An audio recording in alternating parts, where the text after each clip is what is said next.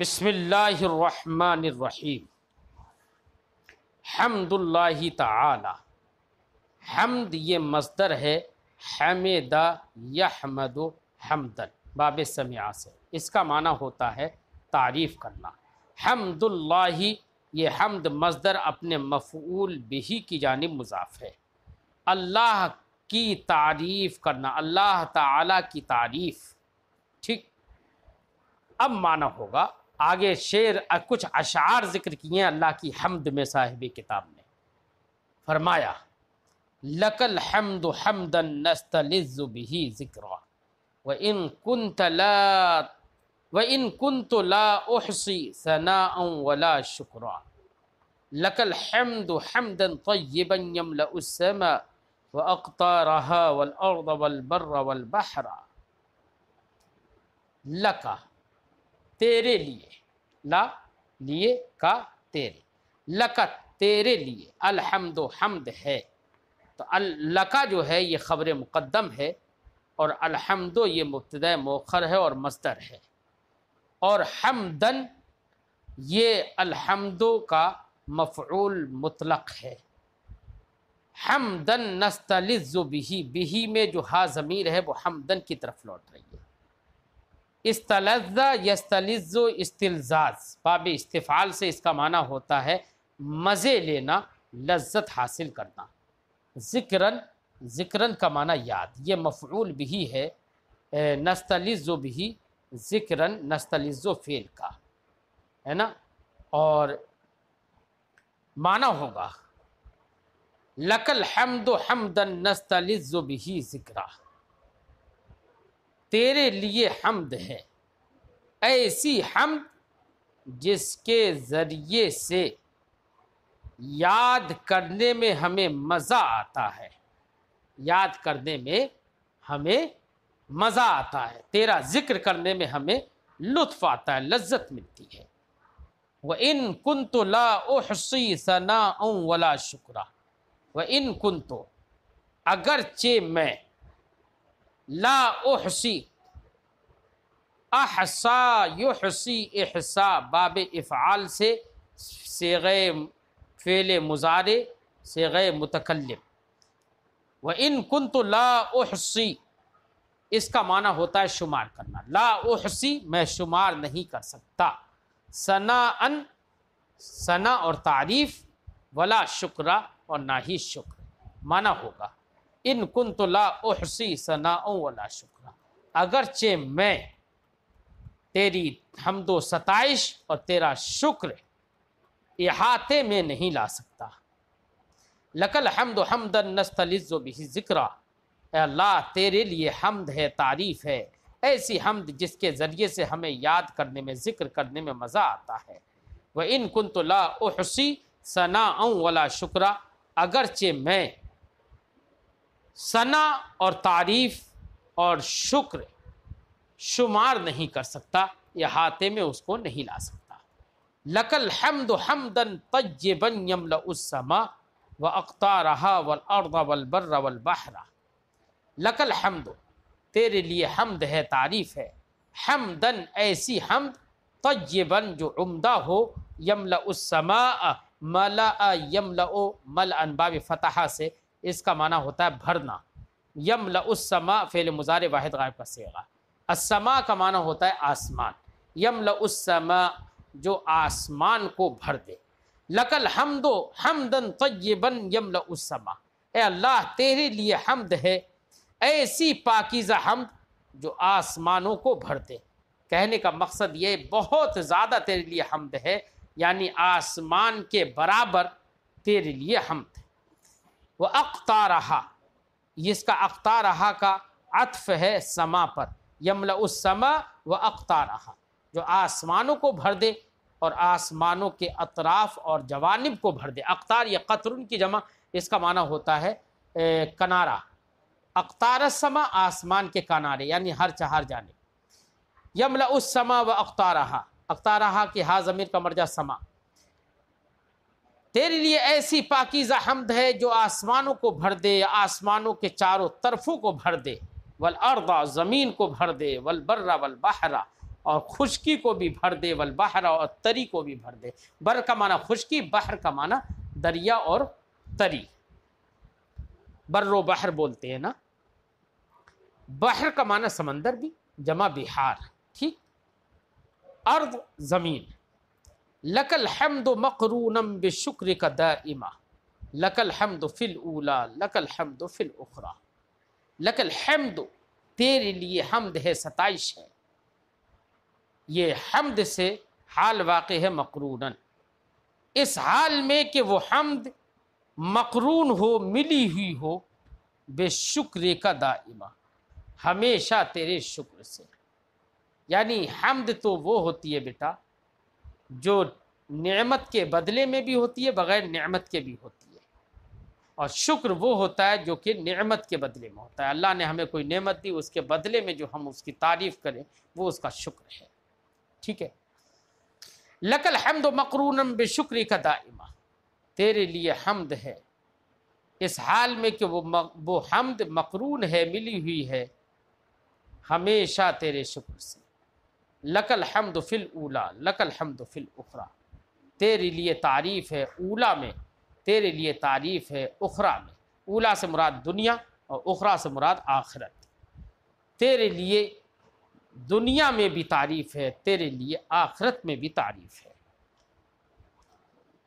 ملازمت الصلاۃ، ملازمت، لازم یلازم ملازمتا، باب مفاعلت سے، اس کا معنی ہوتا ہے لازم پکڑ لینا۔ ملازمت الصلاۃ، نماز کی ملازمت، ملازمت کا مطلب پائیداری، مداومت، پابندی۔ ملازمت الصلاۃ، نماز کی پابندی۔ نماز کی پابندی کے بارے میں کچھ ذکر کر رہے ہیں، چونکہ اس کا تعلق بھی اللہ کے تقوی سے ہے، ٹھیک ہے۔ فرماتے ذکر ابو بکر الصلاۃ یوما، حضرت ابو بکر نے ایک دن نماز کا تذکرہ کیا۔ ذکر یذکر و ذکرن، اس کا معنی ذکر کرنا، یاد کرنا۔ الصلاۃ یہ مفعول بھی ہے، یومن یہ مفعول فی ہے، اور ابو بکر یہ ذکر کا فاعل ہے۔ ذکر ابو بکر الصلاۃ یومن، حضرت ابو بکر نے ایک دن نماز کا ذکر کیا۔ فقال، تو فرمایا، من حافظ علیہا کانت لہو نورا و برہانا و نجات من النار۔ من اسم موصول ہے، اور یہ اسم موصول حافظ علیہا، من حافظ علیہا، حافظ علیہا یہ پورا جملہ ملا کر اس کا صلہ ہے، موصول صلہ سے مل کر مبتدا ہے۔ کانت لہو نورا و برہانا و نجات من النار، یہ پورا جملہ ملا کر اس کی خبر ہے۔ اب معنی ہوگا من حافظ علیہ، حافظ یحافظ محافظتا، باب مفاعلت سے اس کا معنی ہوتا ہے نگہداشت کرنا، مداومت کرنا، پائیداری کرنا، پابندی کرنا۔ نور کا معنی روشنی، برہان کا معنی دلیل، نجات من النار، نجات کا معنی نجات، رستگاری۔ من حافظ علیہا، جس نے نماز کی پابندی کی، کانت لہو نورا، کانت کی ضمیر کا مرجع الصلاۃ، تو کانت میں جو ہیا ضمیر ہے وہ الصلاۃ کی طرف لوٹ رہی ہے نا۔ یہ کانت لہو نورن، نورن یہ کانت کی خبر ہے، اور لہو یہ بھی اس کی خبر ہے۔ کانت لہو نورن و برہانن و نجات من النار، جیسے نورن خبر ہے اسی پر عطف ہو کر برہانن، اور اسی پر عطف ہے نجاتن کا۔ معنی ہوگا من حافظ علیہا، جس نے نماز کی پابندی کی، کانت لہو نورا و برہانا و نجات من النار، تو وہ نماز اس کے لیے نور ہوگی، حجت اور دلیل ہوگی، اور جہنم سے نجات اور رستگاری ہوگی۔ وَكَتَبَ عمر إِلَى عُمَّالِهِ، حضرت عمر رضی اللہ تعالی عنہ نے اپنے گورنروں کی طرف لکھا، خط لکھا، گورنروں کی طرف، دھیان رکھیے، گورنروں کی طرف کیا خط لکھا؟ یہ عمال یہ عامل کی جمع ہے۔ عامل کا معنی مزدور بھی ہوتا ہے، عامل کا معنی کام کرنے والا بھی ہوتا ہے، عامل کا معنی گورنر بھی ہوتا ہے، ٹھیک ہے۔ حضرت عمر بن خطاب رضی اللہ تعالی عنہ نے گورنروں کی طرف جو خط لکھا، اس کی اہمیت سمجھیے اور اس کا مطلب سمجھیے، کتنی اہم بات فرما رہے ہیں۔ آج کے زمانے میں بھی کاش کام کروانے والے لوگوں کے اندر یہی جذبہ پیدا ہو جائے۔ فرماتے ہیں وَكَتَبَ عُمَرُ إِلَى عُمَّالِهِ، حضرت عمر رضی اللہ تعالیٰ عنہ نے اپنے گورنروں کی طرف خط لکھا۔ کتب یکتب، لکھنا۔ کیا لکھا خط میں؟ ان اہم امورکم عندی الصلاۃ۔ اہم، اس میں تفضیل، اس کا معنی سب سے اہم۔ ان اہم امورکم، تمہارے کاموں میں، امور یا امر کی جمع، تمہارے کاموں میں سب سے اہم تر کام عندی، میرے نزدیک، الصلاۃ، یہ الصلاۃ انا کی خبر ہے، نماز ہے۔ یعنی حضرت عمر بن خطاب نے تمام گورنروں کی طرف خط لکھا، کیونکہ وہ لوگ اپنے کاموں میں مصروف ہوتے تھے، کام کاج بہت کرتے تھے، لیکن اس کے باوجود، ان کی ذمہ داریوں کے باوجود، یہ احساس ہوا کہ کہیں ایسا نہ ہو دنیاوی ذمہ داریوں کی وجہ سے یہ لوگ نماز چھوڑ بیٹھیں، تو اس لیے خط لکھا۔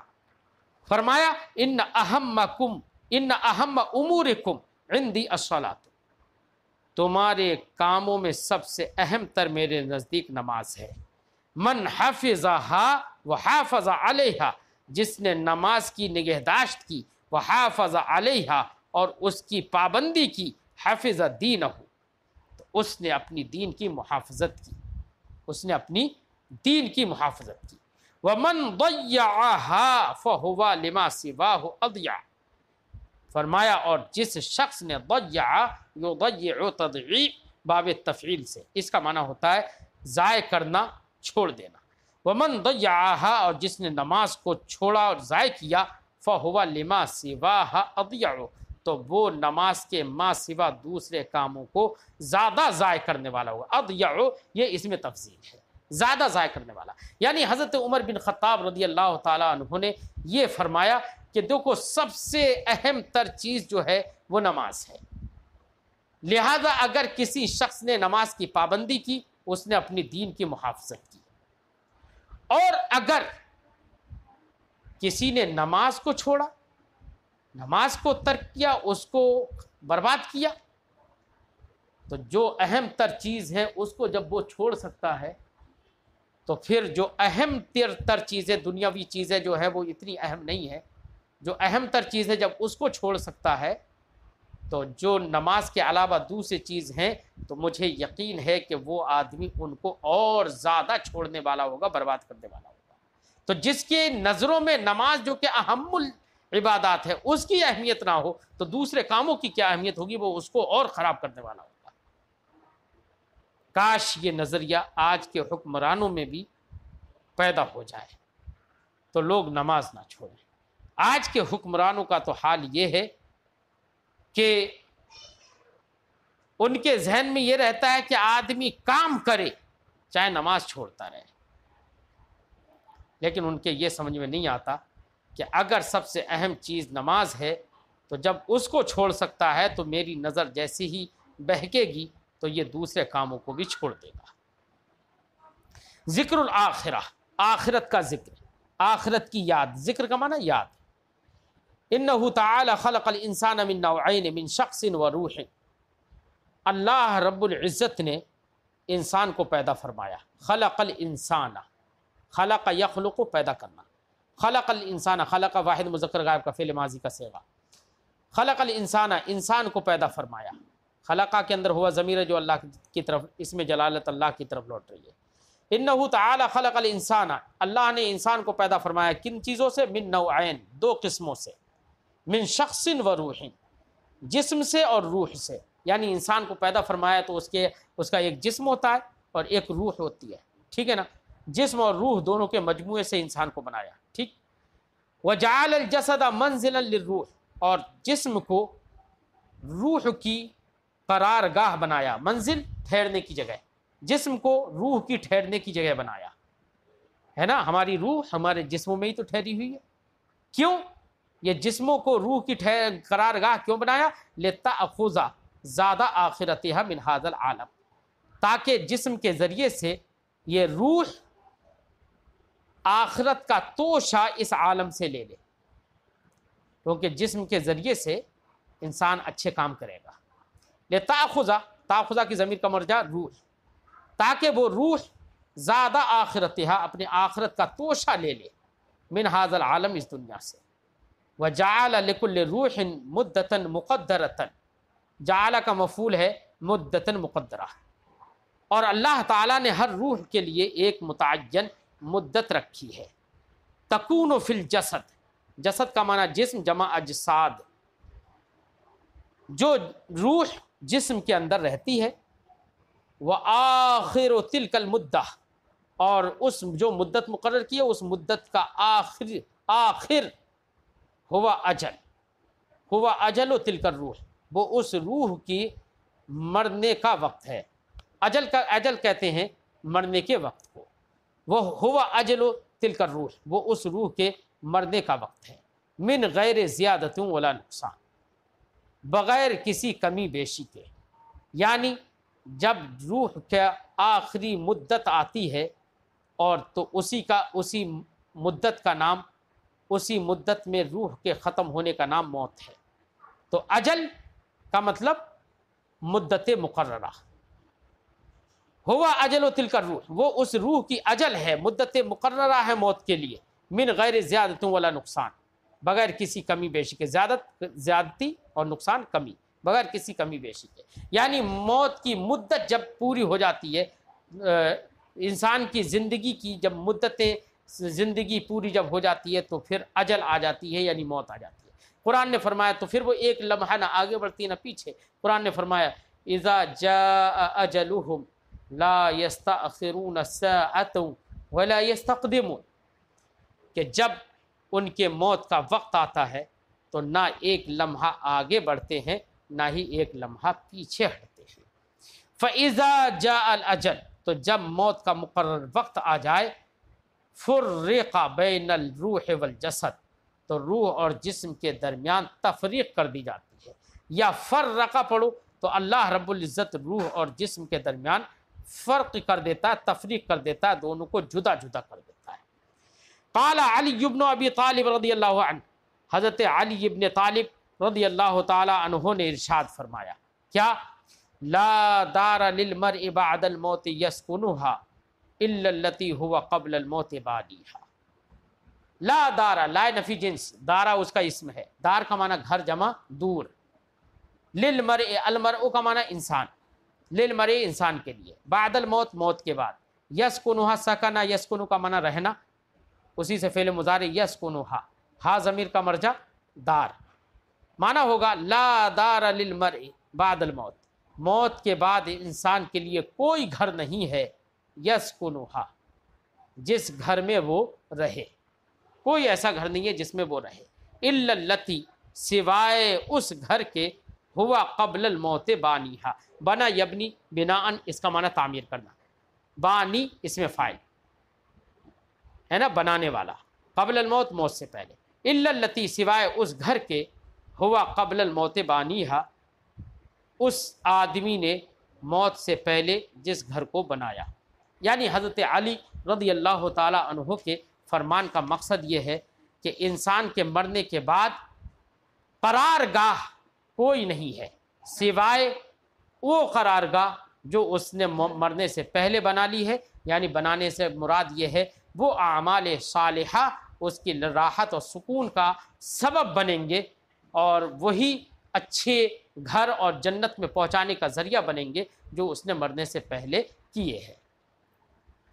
قال الآخر، دوسرے ایک شاعر نے کہا، وما من کاتب الا سیفنا ویبقى الدہر ما کتبت یداہ، الدہر مفعول بھی، وہ مفعول فی، معنی ہوگا ما من کاتب، کتب یکتب لکھنا، کاتب لکھنے والا اس میں فاعل، ما من کاتب، من جو ہے یہ تاکید نفی کے لیے زائد ہے، ما من کاتب، کوئی کاتب نہیں، الا سیفنا، فن یا یفنا باب سمع یسمع سے، اس کا معنی ہوتا ہے فنا ہو جانا، ختم ہو جانا، الا سیفنا، مگر یہ کہ وہ عن قریب فنا ہو جائے گا، کوئی لکھنے والا نہیں مگر یہ کہ وہ فنا ہو جائے گا، وَيَبْقَى الدَّهْرَ مَا كَتَبَتْ يَدَاهُ، اور زمانے بھر باقی رہتا ہے. بقیہ یبقا باقی رہنا. الدہر یہ مفعول فی زمانہ. ما کتبت یداہ یہ ما اسم موصول ہے، کتبت فعل ہے، یداہ بترکیب اضافی ہو کر اس کا فاعل ہے. فعل فاعل سے مل کر صلہ ہے موصول کا، موصول صلہ سے مل کر یبقا فعل کا فاعل ہے. معنی ہوگا وَيَبْقَى الدَّهْرَ مَا كَتَبَتْ يَدَاهُ، اور زمانے بھر باقی رہتا ہے وہ جو اس کے ہاتھوں نے لکھا.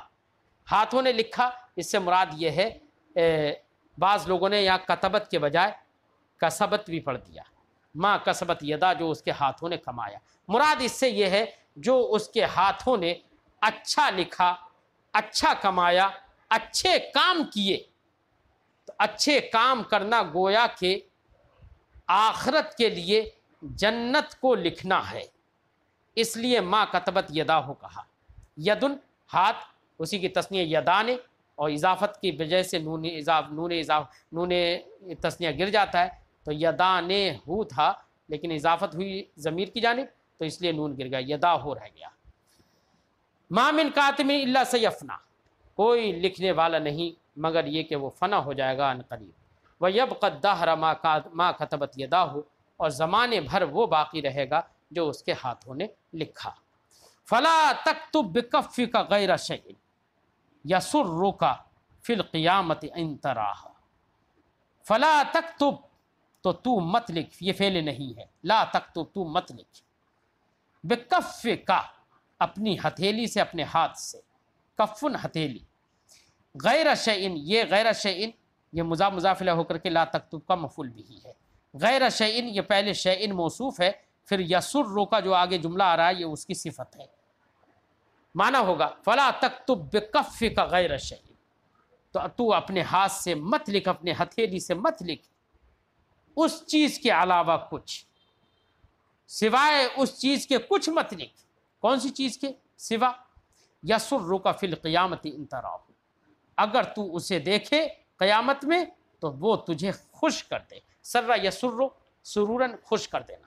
یسرک فی القیامت ان تراہ، اگر تو اس کو قیامت میں دیکھے تو تجھے خوش کر دے. یعنی ایسے کام کرو، ایسے ہاتھوں سے ایسی چیزیں لکھو کہ وہ عمل، وہ کتابت اگر قیامت کے دن تم دیکھو تو تمہارے چہرے پر رونق پھیل جائے اور تم خوش ہو جاؤ. ٹھیک ہے؟ اور تمہارے چہرے پر حشاشیت چھا جائے. قرآن نے فرمایا یوم وجوہ یومئذ ناظرہ، اس دن قیامت کے دن کچھ چہرے حشاش بشاش ہوں گے. وجوہ یومئذ ناظرہ، مستبشرہ، اور خوش ہوں گے بالکل. وجوہ یومئذ علیہا غبرہ فرمایا قرآن نے. اور کچھ دن ایسے کچھ چہرے ایسے بھی ہوں گے جن پر بے رونقی ہوگی. اور وہ کون سے چہرے ہوں گے؟ قرآن نے فرمایا اولئک هم الکفرۃ الفجرہ، یہ وہ لوگ ہوں گے، یہ ان لوگوں کے چہرے ہوں گے جو کافر ہوں گے، فاجر ہوں گے. تو ایسا کام کرو کہ قیامت کے دن تمہارے چہرے پر خوشی آ جائے اس کام کو دیکھ کر. اور ہر کام بیٹا قیامت کے دن تمہیں نظر آئے گا. وَمَنْ يَعْمَلْ مِثْقَالَ ذَرَّةٍ خَيْرًا يَرَهُ، جو بھی بھلائی تم دنیا میں کرو گے ان قریب تم اسے دیکھو گے، یعنی اس کا عوض اور اس کا بدلہ تمہیں ملے گا، ہے نا. وَمَنْ يَعْمَلْ مِثْقَالَ ذَرَّةٍ شَرًّا يَرَهُ، اور جو ایک ذرہ برابر بھی برائی بھی کرے گا نا وہ بھی قیامت کے دن دیکھے گا، اس کی سزا بھی ملے گی. چھوٹا سے چھوٹا عمل، بڑا سے بڑا عمل چھوٹتا نہیں ہے. کرامن کاتبین سب لکھ دیتے ہیں. قرآن پاک میں فرمایا کہ جب قیامت کے دن چھوٹے چھوٹے برائیاں جو انسان نے کی ہوں گی نا، ان چھوٹی چھوٹی برائیوں کو جب دیکھے گا نامہ اعمال میں لکھا ہوا، تو یہ انسان حسرت بھری آواز میں کہے گا ما لہذا الکتاب لا یغادر صغیرۃ ولا کبیرہ. قرآن نے فرمایا اس کتاب کو، اس اعمال نامے کو کیا ہوا، یہ تو نہ چھوٹا گناہ چھوڑتا ہے نہ بڑا گناہ چھوڑتا ہے، کوئی گناہ ہی نہیں چھوڑتا، اسے کیا ہوا. ایسے حسرت بھرے لفظوں میں کہے گا. اس لیے ایک شاعر نے کہا فلا تکتب بکفک غیر شیء،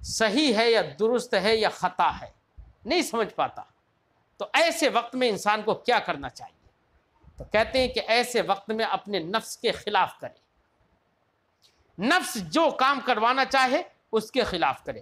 نفس کہے کہ ایسے وقت میں، مثال کے طور پر ایسی جگہ پر ہے جہاں پر طہارت کے لیے پانی نہیں ہے، یا طہارت کے لیے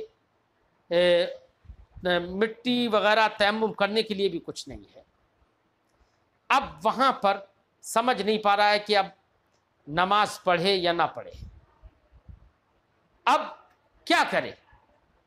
تو اگر طبیعت یہ کہتی ہو، نفس یہ کہتا ہو کہ مت پڑھے یار، بعد میں پانی ملے گا وضو کر کے پڑھ لینا، تو ایسے وقت نفس کے خلاف کرنا چاہیے، نماز پڑھنا چاہیے، چاہے بعد میں یاد کرنا پڑے۔ فرماتے ہیں وقال شبراوی، شبراوی شاعر نے کہا اذا ما تحیرت فی حالت، تحیر، یہ تحیر، تحیر کا معنی سرگردہ ہونا، پریشان ہونا، اذا ما تحیرت فی حالت، جب تم کسی حالت میں پریشان ہو، ولم تدری فیہا الخطا والصواب، درا یدری درایتن، ضرب یضرب سے، اس کا معنی ہوتا ہے جاننا، لم تدری، تو نہ جان پائے، فیہا اس حالت میں، الخطا والصواب، خطا ثواب یہ لم تدری کا مفعول بھی ہے، ولم تدری فیہا الخطا والصواب، اور اس میں تو خطا اور ثواب، درستگی اور غلط اور صحیح کو سمجھ نہ پائے، تو کیا کرنا چاہیے؟ شاعر نے کہا فخالف ہوا کا فإن الہوا، ہوا خواہش نفس، خالف کی خالفہ یخالف و مخالفتاً سے فعل امر ہے خالف، تو خالف ہوا کا فإن الہوا، تو اپنی خواہش نفس کے خلاف کر، فإن الہوا، کیونکہ خواہش نفس یقود النفوس الی ما یعاب، نفوس یہ نفسن کی جمع، اس کا معنی جان، جانوں کو کھینچ کر لاتی ہے، قادہ یقود قیادتاً، اس کا معنی ہوتا ہے کھینچ کر لانا، یقود النفوس، جانوں کو، نفسوں کو کھینچ کر لاتی ہے، خواہش نفس کھینچ کر لاتی ہے جانوں کو، کہاں؟ الی ما، اس کی طرف، ما یعاب، آب یعیب عیبا، اس کا معنی عیب دار کرنا، یعاب فعل مجہول، فعل مضارع مجہول، ما یعاب جو عیب دار کیا جائے، یقود النفوس الی ما یعاب، اے الی مکان یعاب فیہ، یہ معنی ہوگا۔ فخالف ہوا کا فإن الہوا، تو اپنی خواہش نفس کے خلاف کر، کیونکہ خواہش نفس جانوں کو کھینچ کر لاتی ہے الی ما یعاب، ایسی جگہوں کی طرف جہاں پر اس کو عیب لگایا جائے، تو اب خلاف نفس کے خلاف کرنا چاہیے ایسے وقت۔